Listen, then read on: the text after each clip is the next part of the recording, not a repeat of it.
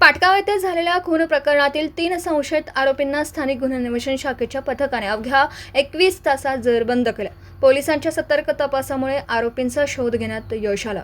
पोलिसांनी दिलेल्या माहितीनुसार 6 ऑगस्ट रोजी रात्री सुमारे 9:15 वाजता पाटगाव येथे जुन्या भांडणाच्या रागातून ज्ञानेश्वर उर्फ माऊली राजेश उर्फ साहेबराव पाटील वय वर्ष 27 यांच्यावर हल्ला करण्यात आला.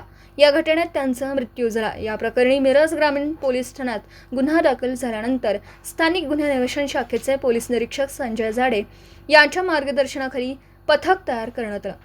पोलीस उपनिरीक्षक महादेव पवार व त्यांच्या पथकाने तांत्रिक माहिती तसेच गोपनीय बातमीदारांच्या आधारे तपास सुरू केला. तपासादरम्यान संशयित आरोपी अक्षय पांडुरंग माने वय वर्ष 30, सचिन सूर्यकांत देशमुख वय वर्ष 19 आणि विवेक उर्फ धनराज मधुसूदन पवार वय वर्ष 23 यांचा सहभाग समोर आला. पोलिसांनी मिळालेल्या गोपनीय माहितीनुसार तीनही आरोपी पाटगाव येथील गडदेव डोंगराजवळील डाक बंगला खिंड परिसरात लपून बसल्याचं समोर आलं. त्यानंतर पोलिसांनी तात्काळ कारवाई करत तीनही संशयितांना ताब्यात घेतला.